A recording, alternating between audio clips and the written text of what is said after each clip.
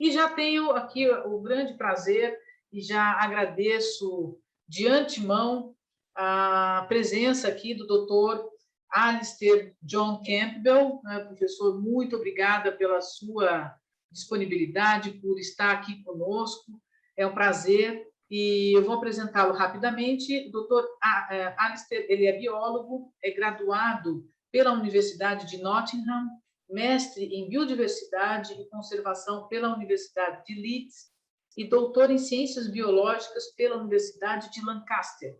Todas essas universidades que eu mencionei, elas ficam no Reino Unido. Então, desde 2015, é bolsista de pós-doutorado pela Universidade de Cambridge, também no Reino Unido, e participa de grupos de pesquisas na Embrapa Amazônia Oriental, na Universidade Federal do Pará e no Instituto Tecnológico Vale, em Belém do Pará. É pesquisador com experiência em áreas como serviços ecossistêmicos prestados por insetos.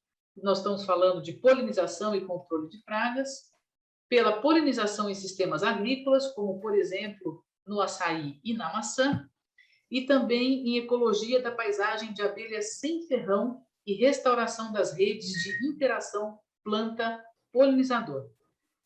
Professor, a palavra é sua. Muito obrigada mais uma vez, de antemão, pela sua participação. E vamos lá, a palavra está com o senhor, doutor Alistair. Obrigado. É um grande prazer estar aqui. Você já falou tudo que eu coloquei nos primeiros slides. Então, já posso passar, mas eu vou colocar a minha apresentação aqui. Já está aparecendo para vocês? Tá, então, agradeço pela atenção e a presença de todos vocês. E hoje eu vou falar um pouquinho sobre esse tema, né? Peraí, deixa eu pôr aqui. A importância da biodiversidade na agricultura, né? Ia passar os slides. Então, só para explicar que eu vou falar hoje, né? Eu vou falar um pouco de biodiversidade, o que é a relação, qual é a relação entre biodiversidade e agricultura, e como a gente pode valorizar a biodiversidade como serviços ecossistêmicos, é uma abordagem muito interessante. Eu vou depois falar um pouco sobre a polinização na agricultura, a polinização agrícola, e para terminar, falar um pouquinho sobre a produção de café e a importância da polinização na produção de café no Brasil. Então, isso eu já posso passar, né? Porque você já falou. Eu sou da Inglaterra, sou britânico, e eu sou biólogo, e desde 2015 estou no Brasil, e eu tive muita sorte de trabalhar com coisas e pessoas bem legais. Então, a maioria do meu trabalho aqui no Brasil é focado na polinização do açaí, trabalhando com produtores e ribeirinhos, tentando entender melhor a polinização e desenvolver estratégias para melhorar a produção do açaí no estado do Pará. Então, agora faz anos, né? 3, 4 anos trabalhando com esse assunto, e é um assunto muito legal. Mas hoje eu vou falar um pouco mais amplo sobre a biodiversidade e só de vez em quando fala sobre açaí. Então, biodiversidade. Biodiversidade, né? O que é?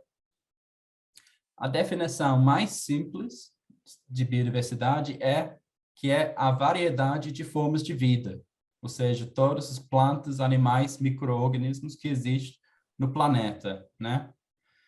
Mas essa diversidade e variedade você pode observar em vários níveis de organização biológica. O mais simples é a diferença entre espécies, né? No nível de espécies. Aqui você pode ver, claro, que tem frutas de 2 espécies, uma laranja e uma maçã. Mas também existe variação, variedade, diversidade dentro de espécies. A diversidade genética, que é muito importante para manter populações saudáveis, é o motor de evolução, né? A diversidade genética. e para adaptar às novas condições. E também existe diversidade na escala de ecossistemas, né? E esse nível de organização é muito importante, porque nesse nível é onde acontecem interações entre espécies. E essas interações são muito importantes para manter a própria biodiversidade e também, como a gente vai ver mais tarde, as nossas sociedades, o bem-estar humano. Então, o que eu quero dizer é que a biodiversidade é muito mais do que uma lista de espécies. Não é só tem 10 espécies aqui, 15 espécies aqui. Também as interações entre espécies fazem parte dessa abordagem, né, dessa ideia. Eu vou te dar 3 exemplos como as interações entre espécies, entre animais e plantas, têm um papel muito importante em alguns processos-chave na manutenção da biodiversidade. Por exemplo, interações entre uma planta e micro-organismos no solo ajuda a planta a absorver nutrientes e faz parte da ciclagem de nutrientes. Interações entre plantas e abelhas, né, faz parte da polinização e é um processo ou etapa-chave na reprodução das plantas. E, finalmente, interações entre plantas e animais, como mamíferos ou aves, na dispersão de semente. Então, tudo isso é muito importante, né, para manter a própria biodiversidade e também para nós. Mas, de vez qual é essa relação, né, entre biodiversidade, tudo isso, e agricultura? Muitas vezes a gente pensa assim, né, que a biodiversidade fica ali e a gente para cá, né? A gente tem a nossa agricultura, nossa área de produção e a biodiversidade fica lá nas florestas, né? Então, não tem muita relação com o nosso dia a dia. Mas eu quero mostrar hoje que essa ideia, né, de colocar em caixas a biodiversidade, caixas separadas, e a agricultura está errado, ou eu não concordo com essa situação. E porque, primeiro, na verdade, tudo é biodiversidade, né? Inclusive o próprio cultivo, né, que a gente planta, é uma espécie, apesar de ser submetido milhares de anos de domesticação, é uma planta, é uma espécie, né? E, além disso, áreas agrícolas se pode encontrar vários animais e plantas dentro dessas áreas. Mas muito mais do que isso, as áreas mais conservadas, por exemplo, uma floresta, geram milhares de benefícios para a agricultura. Então, existem várias interações entre áreas mais conservadas e a agricultura. E isso eu vou explicar agora, essas interações. Para ilustrar relações ou essas conexões entre uma área mais preservada e uma área do produtor, vamos pensar no que a planta precisa para crescer, né? Primeiro, precisa de água. De onde veio essa água? Provavelmente de um córrego que passa por várias áreas protegidas, que aumenta a qualidade e o fluxo dessa água ao longo desse rio.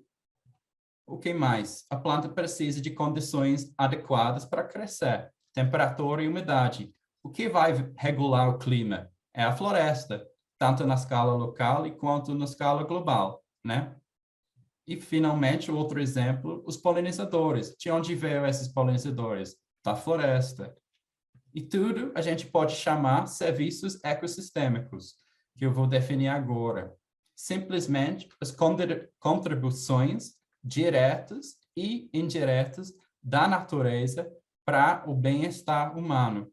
Qualquer coisa que veio da natureza que vai beneficiar a gente, né? Que ajuda a gente, né? A nossa sociedade. E seguindo esse documento, né? O Millennium Ecosystem Assessment, você pode dividir serviços ecossistêmicos em 4 grupos. Provisão, serviços de provisão, regulação, serviços culturais e serviços de manutenção. O mais simples para entender é provisão, que são os produtos, né, que a gente recebe da natureza. Água limpa, alimento, materiais como madeira, recursos genéticos, né? Isso é importante pensando em novos cultivares de plantas, que a gente precisa essa diversidade genética para selecionar e desenvolver novas variedades. E bioquímicos que podem ser usados nos novos remédios, né? Tudo isso são produtos da natureza, né? Mas esses produtos são regulados, né? Ou têm uma regulação por outros serviços. Por exemplo, a polinização vai determinar a quantidade e qualidade do seu cultivo. O controle de pragas também no cultivo. As ações dos predadores e inimigos naturais de uma praga vai te ajudar a produzir mais do seu cultivo. Então, esses serviços vão regular a quantidade e qualidade dos produtos. Mas também a gente pode pensar no valor. Está passando um carro de polícia aqui. Os serviços culturais, né? Pensa quantas artes, né? Os trabalhos de arte e religiões são inspirados pela biodiversidade, né? É o fonte de tudo, né? E as nossas identidades, diversidades culturais, a fundação, a base é a natureza. E também quem não gosta de caminhar numa floresta, então também esses serviços vão incluir atividades de lazer. E o quarto grupo é a manutenção, serviços de manutenção. Esses serviços são atrás de outros, né? A formação de solos, produção primária, ciclagem de nutrientes, mas acontece numa escala de tempo mais longa do que as outras.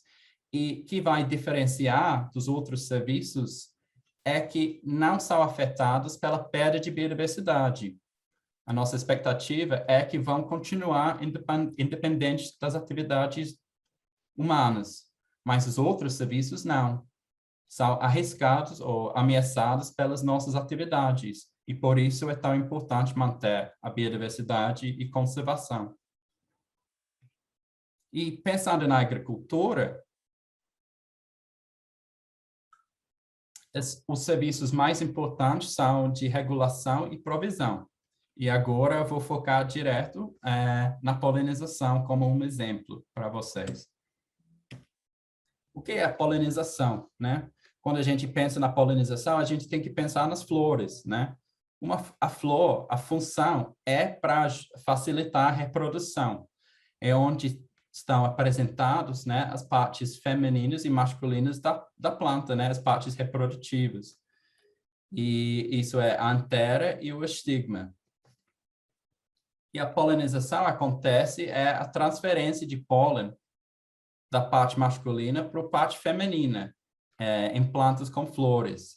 Isso pode acontecer dentro da mesma flor, como mostrado com a A, que é a autopolinização, ou no cenário B, que é polinização cruzada entre flores.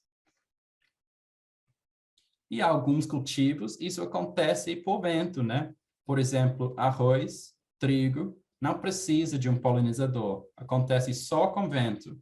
Isso é a estratégia dessas plantas. Mas na grande maioria dos nossos cultivos, né, que a gente usa no dia a dia, verduras, frutas, isso é feito por animais. Então, 75% das plantas cultivadas no mundo são polinizadas por animais. E na maioria dos casos, os polinizadores principais são insetos, como uma predominância das abelhas, né? Os polinizadores mais importantes no mundo. Por isso, todo mundo fala de abelha. E quando a gente quer quantificar esse serviço em termos de valor econômico, os estimativos no mundo variam entre de 200 a 600 bilhões de dólares por ano, que representa mais ou menos 10% da produção agrícola no mundo. E no caso do Brasil, isso é mais ou menos 50 bilhões de reais, e a contribuição dos polinizadores representa mais ou menos 20% da produção agrícola no país. Então, realmente, tem uma contribuição muito grande para o PIB brasileiro, ou o PIB, né? Mas nem todos os cultivos que vão recebem um benefício da polinização têm uma dependência tão alta. Varia. Existem alguns cultivos, como castanha do Pará, maracujá e cacau, que têm uma dependência de 100%. Isso significa, na ausência de polinizadores, tem uma redução de 100% na colheita, ou seja, produz nada, né? Quando você vai eliminar os polinizadores. Mas outros cultivos têm uma dependência modesta. Por exemplo, tomate, soja e café, uma diferença na colheita, na presença e ausência de polinizadores de em torno de 10 a 30%. Por que existe essa variação? É por conta do sistema de reprodução da planta. O mecanismo principal é a questão de se a planta aceita pólen da mesma flor ou não. E alguns cultivos, como o café, a autopolinização vale. Então, o pólen da mesma flor caindo no estigma daquela flor vai fecundar e vingar e produzir um fruto.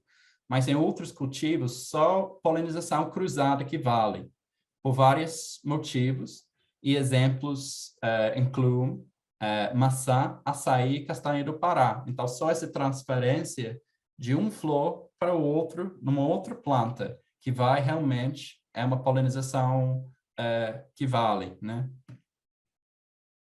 E como medir essa dependência, eu vou usar o exemplo do meu trabalho com açaí. É bem simples.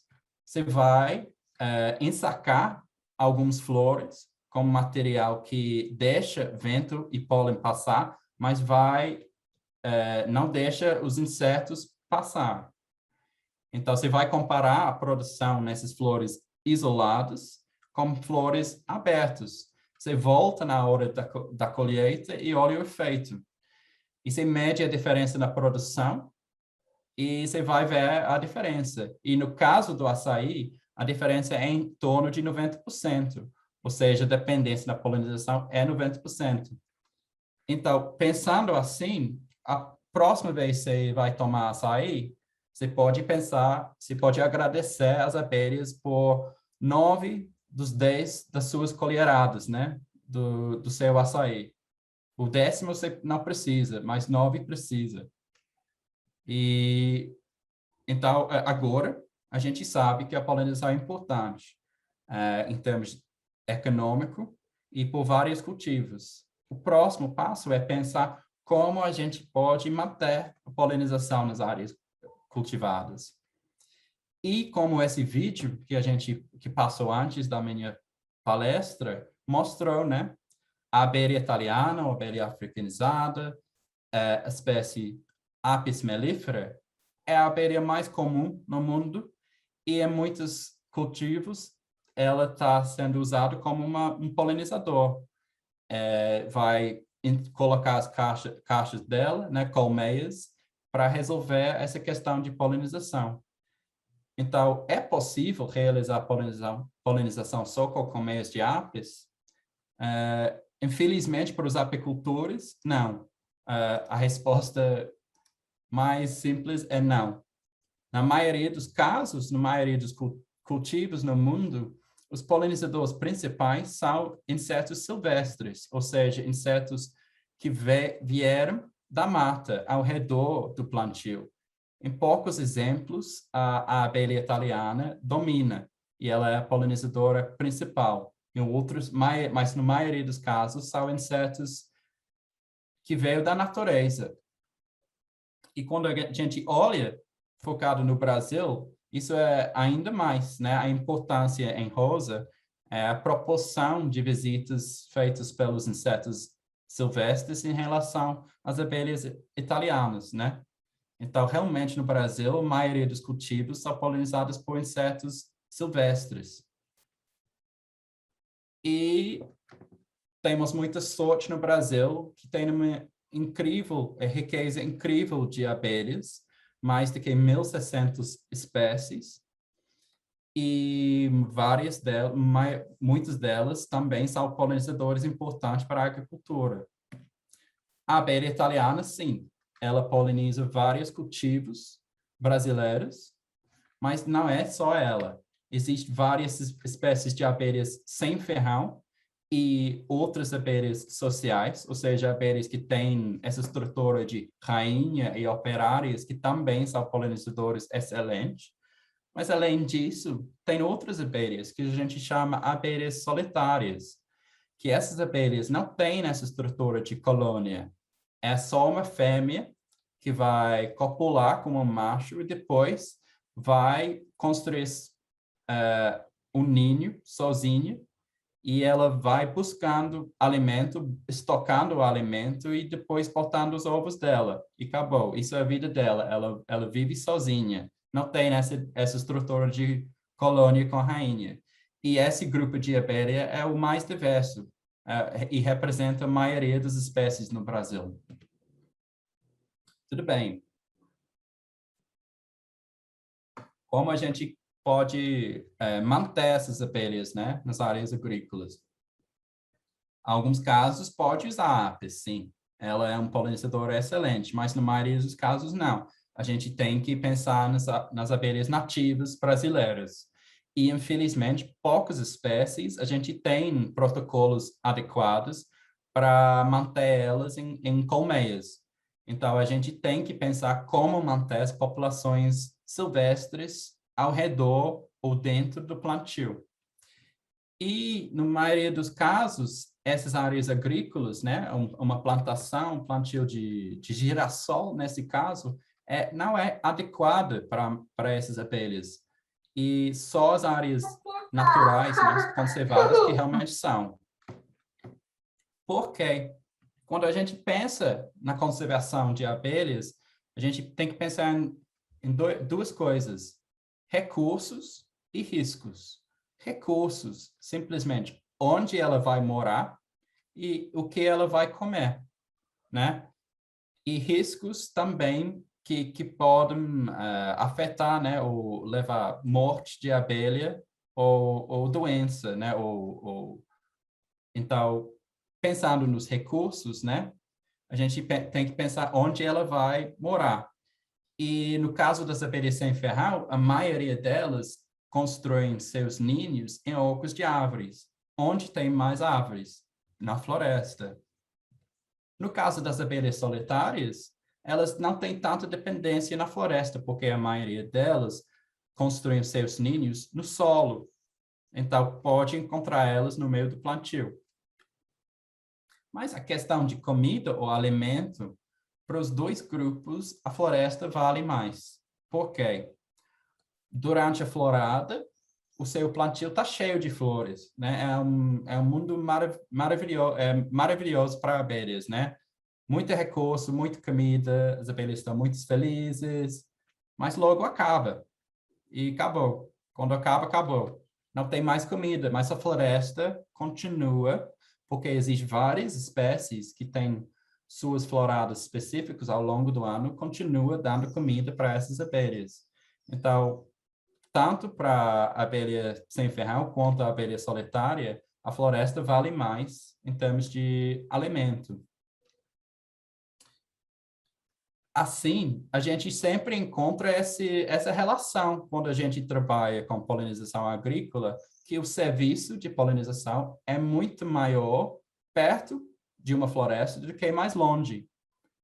Então, essa área verde representa isso. Então, o ganho é muito maior em áreas coladas com a floresta do que mais longe. E a segunda parte dessa situação é os riscos. E o maior risco que a abelha enfrenta em áreas agrícolas é o uso irregular de pesticidas, né? Que podem levar até morte de abelhas nos plantios. Então, para realmente manter suas abelhas, é questão de manter floresta e uso regular ou reduzido de pesticidas.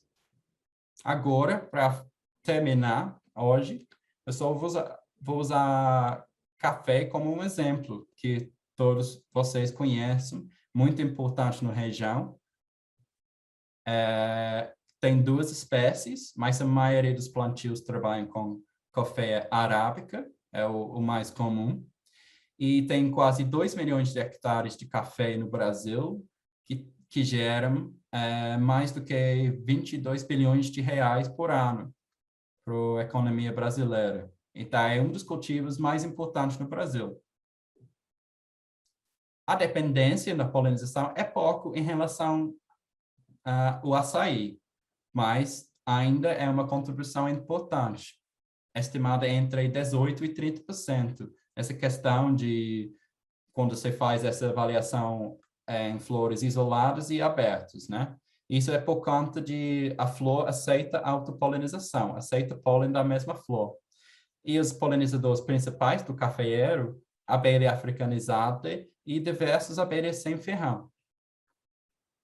E a mesma situação que eu já mostrei, isso são resultados de pesquisas publicadas, né, trabalhos científicos, que quando vai mais longe de uma área de floresta, o número de espécies de abelha se encontra vai diminuindo.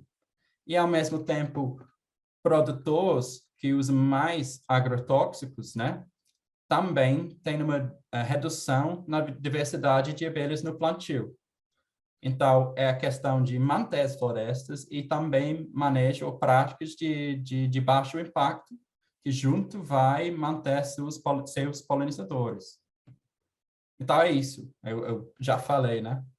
Que com essas duas práticas, né? A manutenção e restauração de áreas naturais, florestas, e uso regular de pesticidas e outros agroquímicos, a gente vai manter nossos polinizadores e a produção de café.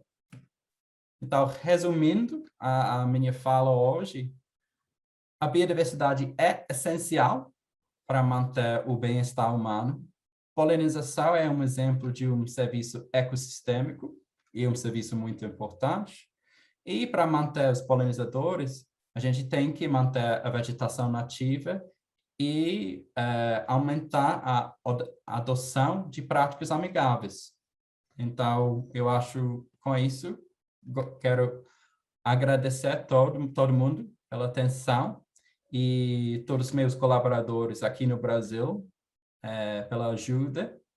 E é isso. Obrigado. Muito obrigada, professor Alister. Quando nós abrirmos, então, agora, eu vou abrir para alguma pergunta, se algum professor tiver alguma pergunta para o professor Alister, pode, por gentileza, fazer o uso do microfone.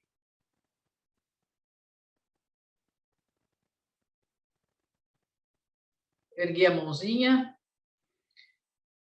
Enquanto os professores pensam, eventualmente, alguma pergunta, eu vou relembrá-los.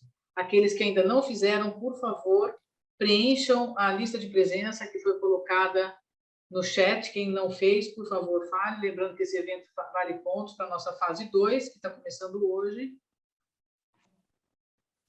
Mônica. Pois não? Professora Vera. Eu estava na escola, até mandei uma mensagem para o Tainan, e a minha conexão estava muito ruim, eu vim para casa. Tem sim. como você colocar de novo o formulário para eu ver se deu? Estou com medo que não deu certo de eu ter colocado presença lá. Tem sim, professora. Vou pedir ao pessoal para colocar aí, por favor. Eu queria fazer uma pergunta para o Alister. O ano passado, o meu projeto, né, da ABAG foi o Hotel de Abelhas. Eu queria saber assim, o que você tem a dizer assim, a respeito disso.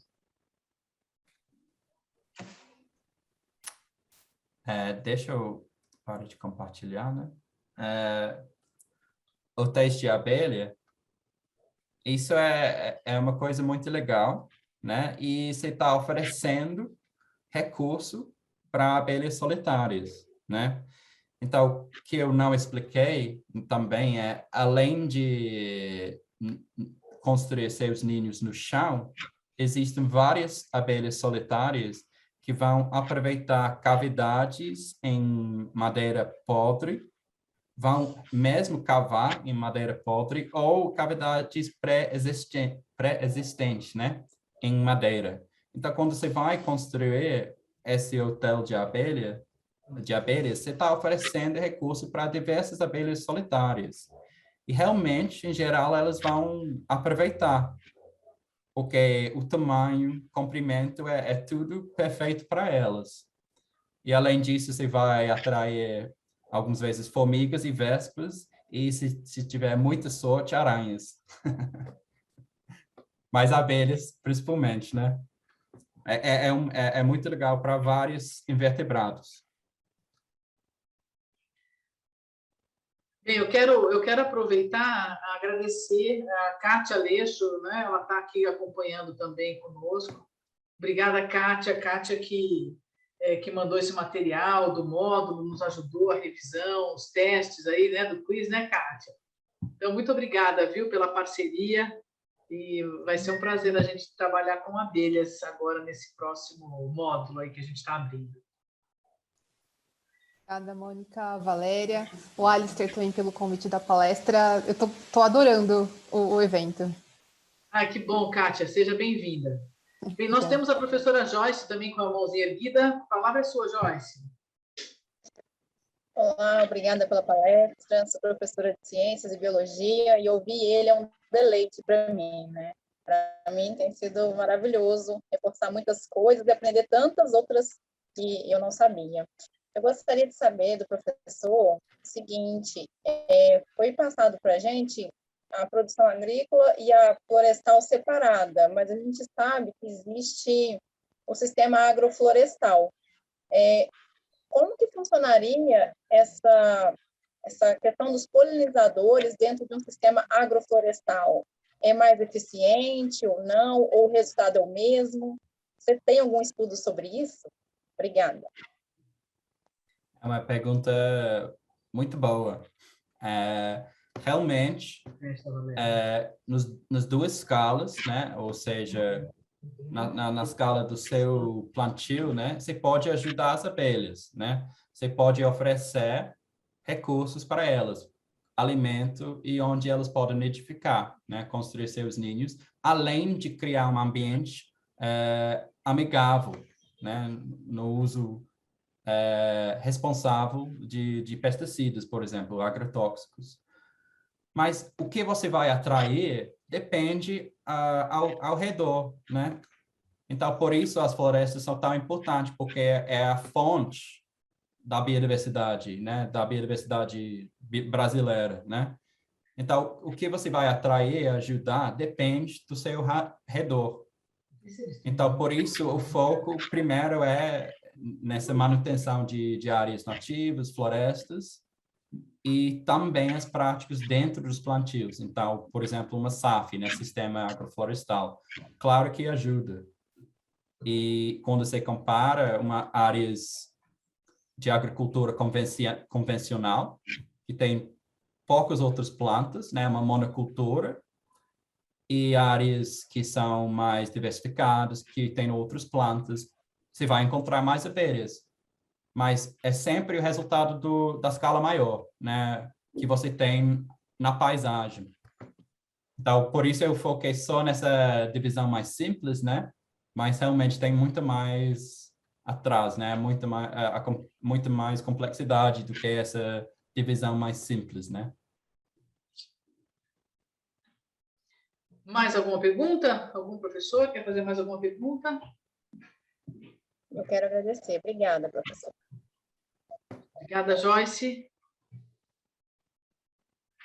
Professora Vera, em plena pandemia, diante de tantas dificuldades, ouvir esta palestra.